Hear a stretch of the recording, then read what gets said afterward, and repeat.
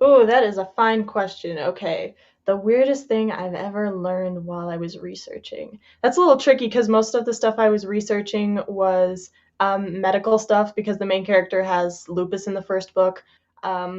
This is one thing that I think it counts as research. Call it immersive research. So, Hmm. off the cuff, I started writing a novel about a mermaid and a pirate, and it's not going to be coming out for like a long while. It's just kind of like a fun Okay. thing to intersperse between my scheduled projects. And I was sitting there writing, not having really researched much of anything. And I was describing the water, and like I mentioned before, I am landlocked. So all I Mm. have ever really experienced was like a lake. So as Okay. I was writing, picturing the water, picturing the ocean, Hmm. and then I went to the ocean, and I was like, I knew nothing about the ocean. Just the way that I was writing it, I was describing a lake. The water was Wow. very gentle, very mindful, demure. The little TikTok meme. Um, and the Okay. ocean is none of that. The ocean is Wow. huge. It is blue. It moves you like if you're standing in it, you're coming with it. So that I suppose is kind of some fun research where it's like, yeah, the ocean, there's nothing calm and gentle about it. It is massive and Hmm. powerful. Did you have to do a bunch of rewriting because of that? I'm about to. Yeah. Okay. I Oh, haven't gotten gotcha. to it Because it's yet, but I'm for going right to. for the mermaid and the pirate novel. So, okay, you're now a few days out as of this recording from dropping your third novel. If you have a copy, hold them up. Sorry, your second. Yeah. Okay, hold them up, wave them around so that we can see what they are. Here's the first one.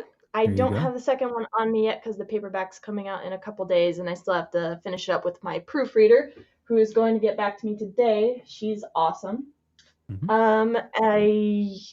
I have the digital thing, but I don't think I can share it on here. That's fine. So So tell us. Okay, tell us about the first book, and then tell us about the second book. okay, so the first book follows this young woman named Peyton. As I mentioned, she has lupus. As I did not mention, it is severe lupus, so severe that it's almost terminal. They're not sure if it's going to be terminal. For And those of with us who the don't know amount, exactly what lupus is, could you sidebar for 5 seconds and explain the condition? oh yeah, absolutely. So lupus is an autoimmune disease where basically your own immune system attacks all of you. So it's just a mess. It's attacking your own cells all the Wow. time. Okay. And so Peyton, this this disease is obviously not comfortable, and so she's up at night because she can't sleep very well. And then one day when she's up at night, she winds up becoming the witness to a crime that she was not supposed to be anywhere near, and the people who committed the crime, they know that, and so they want to keep her quiet, and the best way to keep her quiet is to go after her family, but there is no way she's going to let that happen as long as she's alive. So the rest of the book kind of goes from there. And then the Gosh. Okay. second follows, it's actually a very much of a different, it's a standalone sequel. So it actually is not like the first novel ends on a cliffhanger, doesn't end sad. The first novel wraps up. Then Okay. Done, the second, that follows up 3 years later with a couple other characters who, to avoid spoilers, um, they were deeply affected by what happened in the first book. And there's a third character who was vaguely mentioned, but was not. We didn't get into a whole lot of depth with him. But he appears holding a grudge about what happened in the first novel, and not only holding a grudge, but wanting some payback. And so it's up to I think I can mention who the two main characters are. Mercedes and Luis. Obviously, they were in the first book, went through a lot. Mercedes and Luis, it's their job to protect the family, again, from this other person, Roman, Luis's father, who wants payback, but they're not going to let that happen. This is not happening again. So Wow. Okay. If you were to, what are the comp titles? What are other books or maybe films that are comparative to this to give people a sense of how the book runs and its feel and what people can expect from it? So they're kind of the two ones that come quickly to mind are two mildly obscure ones. So the first one is this book called What Beauty There Is by Corey Anderson. It was nominated for the it's something Morris Award, and Okay. it's my favorite book of all time. And Wow. I think you can see it right here. Why do you love What it? movie there is. I love it because not only is it a thriller, because I am a thriller writer, but Okay. it's not just the kind of, even though this is not the exact term, I call it a slasher thriller. Mhm. It's so the slasher thrillers are like the ones where it's just purely adrenaline and scared and running and murder and stuff like that. Those aren't the kind of thrillers I write. I write thrillers that have this huge emotional aspect to it. So it's like thriller Ah, meets drama almost, and that's what Beauty There Is does so perfectly. It's so beautifully written. It's atmospheric.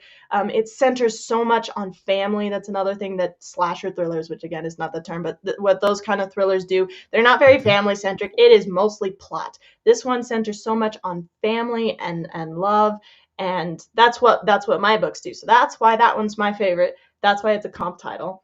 Another one is a book called This Is Where It Ends by Mariki Nijkamp.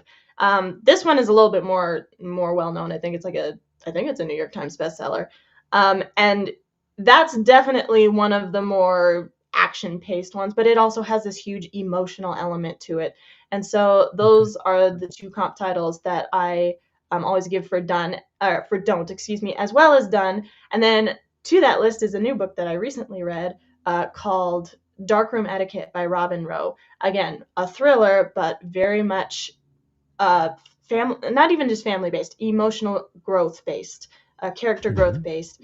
And that one also has a Catholic character in it, which is what I'm all about. And so those are the three main comp titles. As for movies, I actually can't think of any off the top of my head, but if something comes to me, I'll let you know.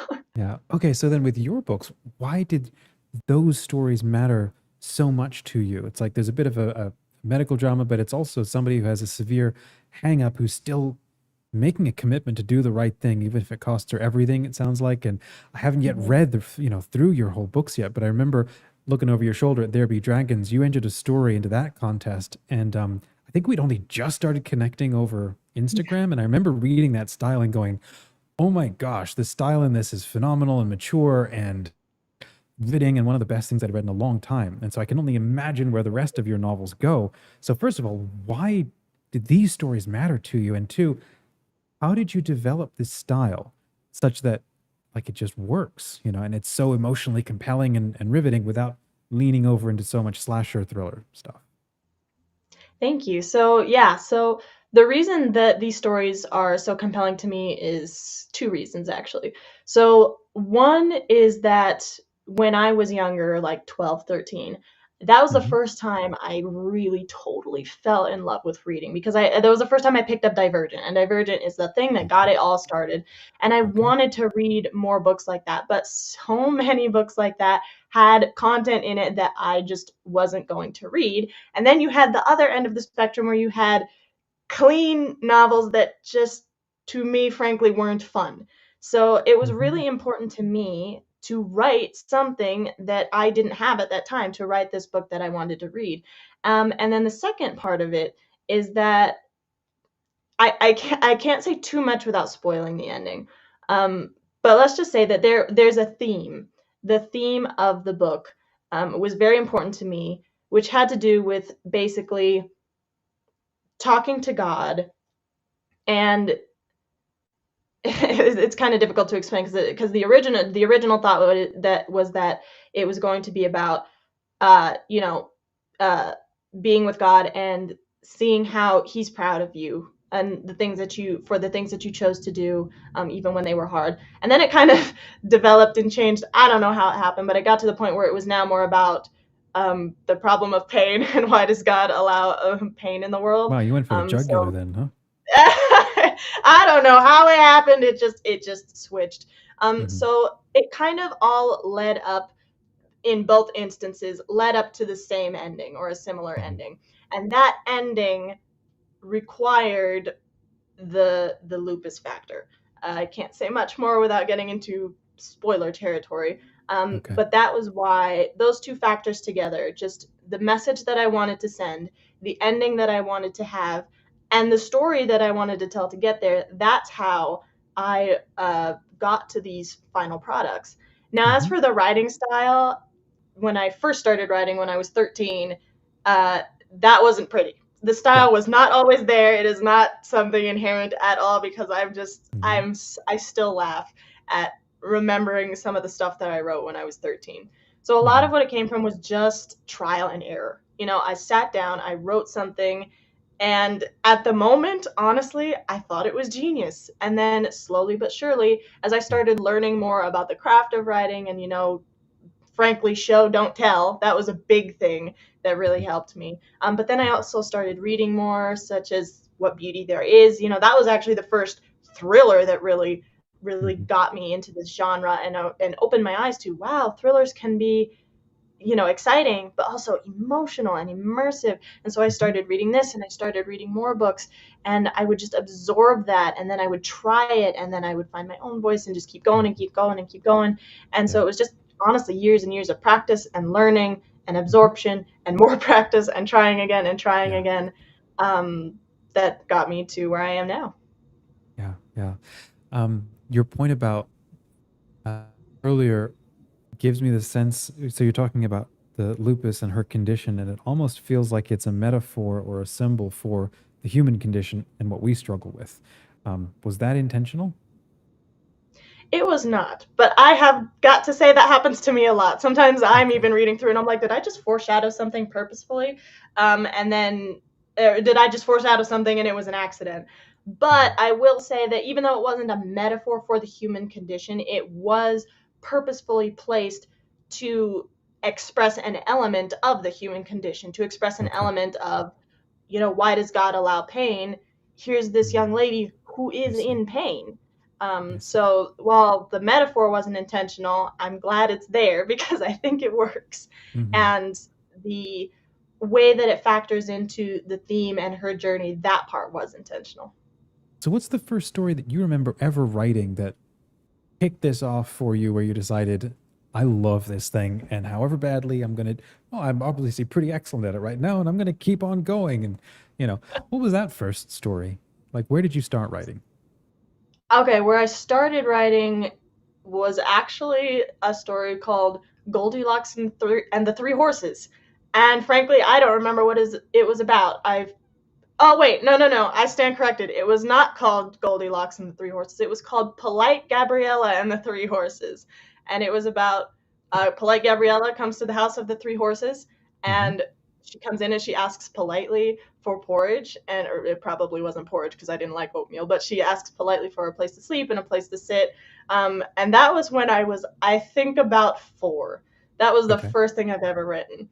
And then there was a long span of time where I downright hated writing. Like, I don't know what it was. I did not like it for years and years and years. Hmm. But the caveat to that was that I would do this thing where it was like a daydream. Like I would watch a movie in my head because I would see a movie. I remember one of the earliest ones was How to Train Your Dragon, and then I would fan fiction it almost in my head, and I would come up with these characters and these stories, and how could I make these connections and add a new adventure, and what would I need to do to change like how could there be an explanation for how this fits into the original movie. So I would do that for a long while, and I Hmm. loved that. And Yeah. then came when I was actually discussing with my mom about that original theme, how it was for my book, how I was just kind of frustrated with the idea of, there's these things that are hard to do. And then my mom was like, okay, well, yes, but God sees that, and it's a beautiful thing when you do the thing that's right, even though it's harder to do. And as we kept talking about it, we were talking about the idea that it could be a story, it could be a book. And then I was like, huh, what, let me try this. And then I sat down, and that was the beginning of Don't. And it just kept going forward from there. Gotcha. Do you remember there's an element in one of the How to Be a Faith Inspired Author course where it talks about the idea of your key or your author message or idea. Um, if you don't, well, for viewers maybe who aren't familiar with that, I'm curious to ask you if you've maybe figured yours out. And the idea is that over time with practicing writing, you start to figure out this is the message that actually really matters to me. There's something that I keep walking around that is just really meaningful. And there comes a point where almost every story is now now a different foray or different adventure into exploring that same question. Some authors it takes 10 years. It took me 10 years to start to figure out mine.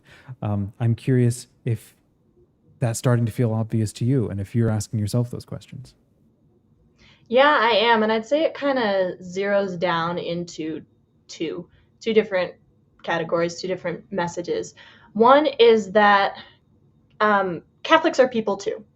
I think that a lot of times when people think of Catholics or Christians, they think of on two ends of the spectrum, that we're these horrible, uptight, angry, just awful people who are not kind to anybody. And I understand that that has come from some bad experiences, and that's very unfortunate. At the same time, those bad experiences then kind of uh, seem to apply to all of us. And then on the other end of the spectrum, you have this idea that we're these quiet, uptight in a mild kind of way, um, very fitting within a stereotype, gentle, calm, controlled environment people, and we're not. And so I just wanted to express, hey, these characters are Catholic, and she's got lupus, and she's the witness to a crime, Hmm. and she's trying to protect her family. Messed up stuff happens to Catholics too. Day-to-day stuff happens to Catholics too. We are just like you. And the same thing with Dunn. Again, main character, she's Catholic. She has gone through so much, and she's going through more. So I just really want to put this face of humanness and reality, and be sympatheticness, being able to connect with Yeah. people who Yeah. are Catholic. Hmm. So that's one, and usually the major thing that goes through all of my books. Every once in a while, I have some books planned that are kind of more just general fantasy, so it's not like a direct Yeah. Yeah. correlation Exactly. to Catholicism. But then the other thing that all it always comes down to for me is family. Like it sound like Fast and the Furious, but seriously, for me. It's always this family unit, because the other thing that I see in a lot of fiction, which I get because I know that there are a lot of broken families, or families that were just not meant, that they weren't fulfilling what they're meant to be. But there's like an attack on the family in not only our culture, but then also in our literature, because in literature all you see all the time are these messed up families. And so I want to bring in this factor of, yeah, families are messed up, because even in Don't, there's some family dynamics that are just like, whew, not, they're not great. But it highlights that family is what is meant to be your unit, your strength, your safeguard. This is what it should be like. And so I always really Yeah. try and highlight that. And that is a big theme in Hmm. all of my books. I can't think of a Amazing. book that I have where that doesn't factor in. I want to ask you about what is next for you now that this book is done. But before asking that, you actually offer freelance services in a couple of different areas to help authors to work with authors. And so, walk us through some of that. What do you get up to with your editing services? Okay, yeah. So I offer an entire range, because different pieces of stories, different books need different types of work. And so I offer them all. Like, I'm pretty much anywhere that you are in your story development, I can help you out. So I'm going to go from like broadest to narrowest. So I offer book coaching, which is basically you get on Zoom with me and we hash out your idea. I give you advice on structure, characters. You have a question, do you think this would work? Yes, I think it would work. It could be improved here. And we just talk, and I walk you through any questions that you have step by Hmm. step.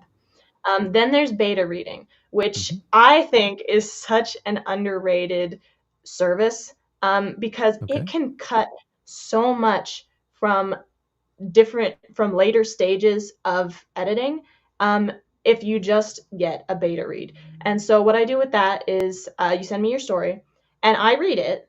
And what I do is I give you these building blocks. It's like a crash course. It's a master class. I give you these building blocks and then I apply it to your specific story. So I'll give you thoughts on, hey, your characters are really interesting. I think that they could be even more developed if it's a little bit clearer what their goal is, or Mm, what their internal struggle is. And I'll tell you about plot. I will even give you some advice on how to make the actual writing style, like the actual execution, better. I'll say, hey, keep an eye out for these words, like hear, taste, touch, smell. Those aren't nice. those the words exactly, but if you Yeah. see these, generally you're telling me something instead of showing me something. Is there a way you can show me? Hmm. Adverbs. I give you some quick fixes about, hey, just search for the letters ly and see if you Right. can reduce those. So I give you these really great building blocks of advice that are then customized to your story. And I'll even color code some, like I'll highlight sections in a color that says, here's where there's an info dump. And then you know that there's an info dump and you can go back and fix it. So I think that that is a really valuable resource that I offer that I don't see a lot of people other do, and not with the style and approach that I take. Then there's developmental editing, which is it is similar to beta reading, except much more thorough, because when it is beta reading, I can't do everything. I'll give you Right. general advice. Right. Developmental editing is when I go through and I look at every element, every scene, sometimes even paragraphs, and I am going to write you a plan on how you can take each scene, this overall structure, and how we can kind of craft it into this fluid, strong story that is solidly written.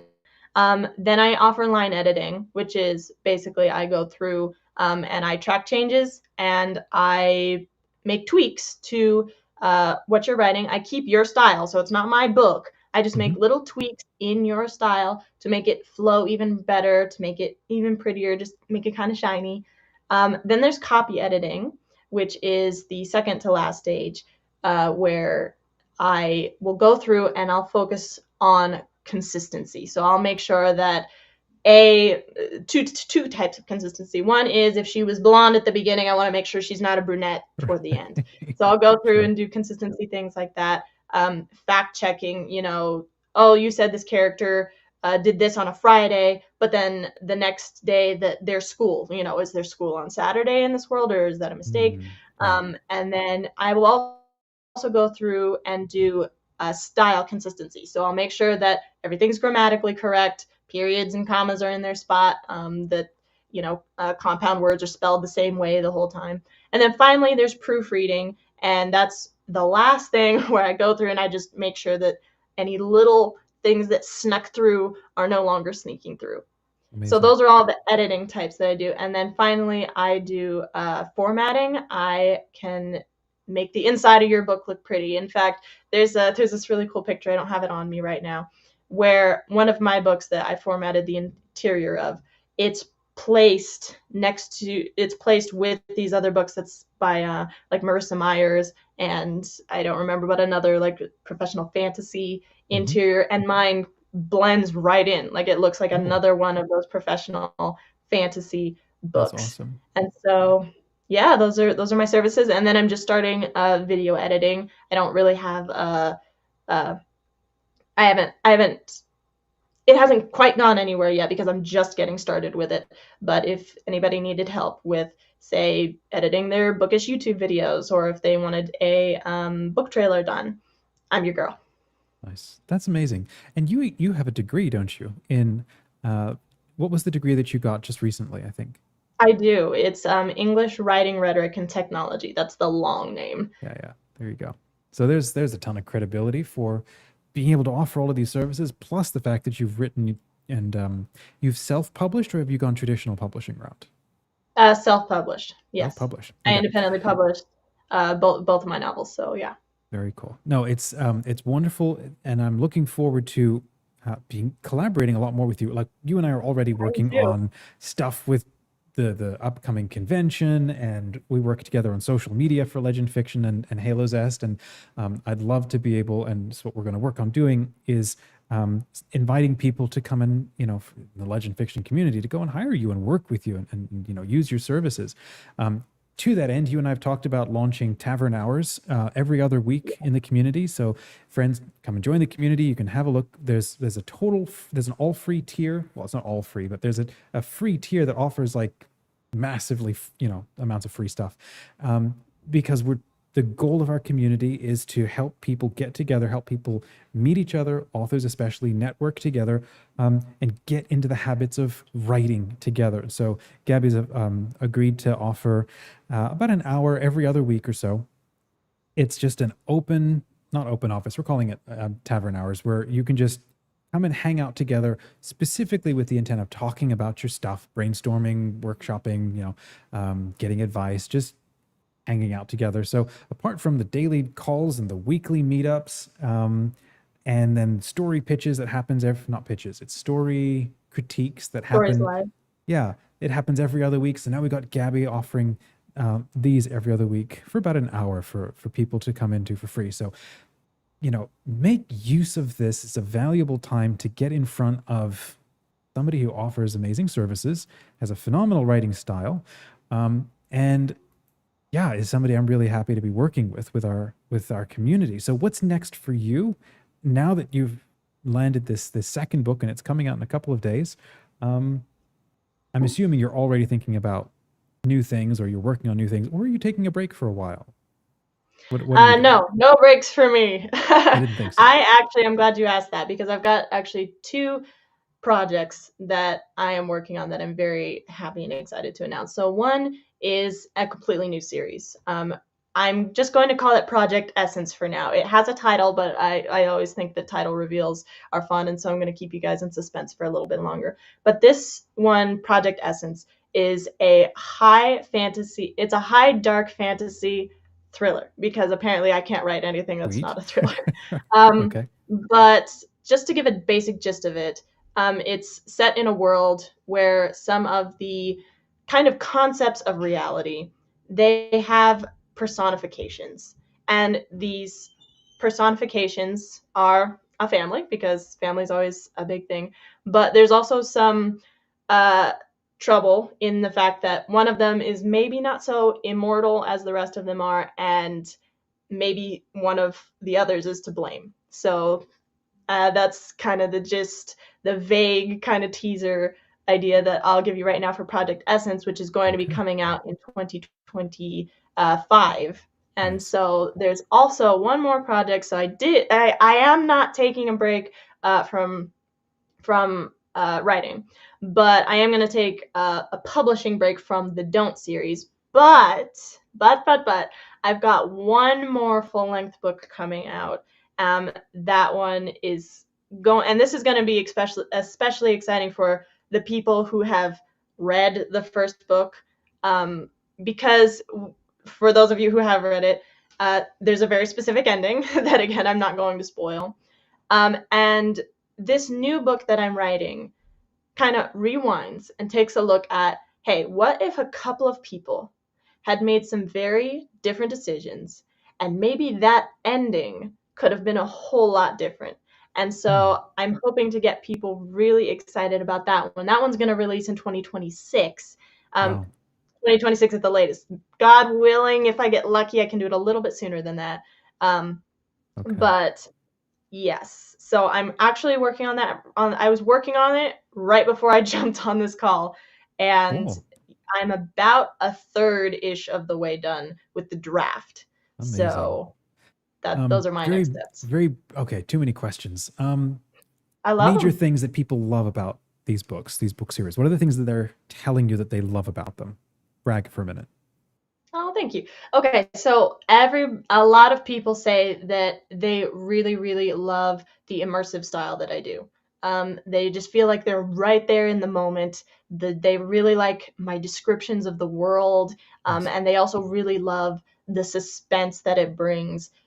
Just kind of immersing them in that moment. A lot of people also say that it is really this emotional ride. They feel connected to the characters. they feel connected to characters that they feel like they shouldn't even be connected to. Yeah. There's I just received a review for an advanced reader copy for Done where there's a character in it who I'm not gonna say who, just in case that there are people. Well, you know what, I'll just say it. It's not a big spoiler for Done. Like Luis, he's not always the most sympathetic character. And then in Done, I just got a review where the reader said, "How did she get me to feel empathy for Luis? How did that happen?" Amazing. So those are really the main things that Yeah. people I'm really love so about looking my forward to books. reading these because I don't have that skill. Like, I don't know if I do actually, but I'd love to find out how you're doing that. Okay, I want to ask you about your writing habits and how you're actually staying so productive. Before that, where can people find you online? What is your website? So my website is gabriellabatel.com.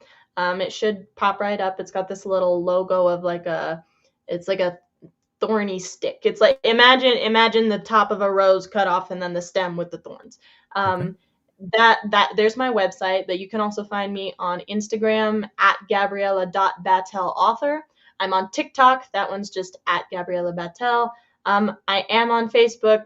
I can't remember what my username is, but if you type Gabriella Batel into your search engine, all of these are going to pop up, as well as my YouTube channel, which is Mhm. definitely more bookish based. It's less about my book specifically. Sometimes I'll do some fun videos about my books, but YouTube is where we just kind of come together and just have some fun being book Yeah. nerds and stuff. Nice. And I think, yeah, and I just started a Substack. I started a newsletter. Finally, I've been wanting to do that forever, and I've been Awesome. stalling, and I don't know why.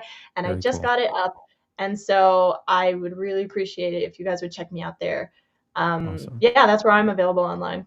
All right, so friends, check the links in the description. You will see two links. One is for her website, gabriellabatel.com. Is that right? Mhm. And then you'll also see a link for our upcoming convention, Legend Haven, which is in just under a month. So check it out. Actually, I think it's 20 days as of this recording. Anyhow, what are your writing habits and how are you staying productive? Like, if you were to, in 2 minutes, here's what works for me. Maybe somebody could try it, but this is just what works for me.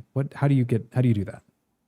That's a good question. So I'm gonna start with other people's advice. Other people's advice is to, you just set a goal and you just gotta bang it out every day, and that works for some people, and that's awesome and that's great. For me, Yeah. it doesn't work because then I wind up burning out. In fact, there has been a stretch actually right after I published my first book. Um, where I actually completely had burnout. Like I didn't want to write anything, and then I finally Yeah. got back into it. So what I find to be more enjoyable is that you just sit down to write something every day. And even if you just sit down and, you brainstorm what the next scenes could be for a while. Or you come up, you're like, oh, this name doesn't fit, and you research for a name for a while. Mhm. Um, Indulge that. Like that's part of the creative process, to just sit down and enjoy it as you're writing. Now, of course, Yeah. there's an element too of, you know, I don't want to let myself go down a rabbit hole of searching, a character's name for 2 hours. So you do want to keep in the back of your mind, okay, I have a goal. This goal is attainable. This is something I want to get to. I'm going to sit down and write. And sometimes it is a little bit hard. Sometimes for me, even it's like I sit down and I'm like, all right. It's like right before you go for a run or workout, you're like, I really don't want to do this right now. But then you start and you get going and it really feels great. So that's my writing advice. Enjoy it. You still have a goal in mind, but let yourself enjoy it.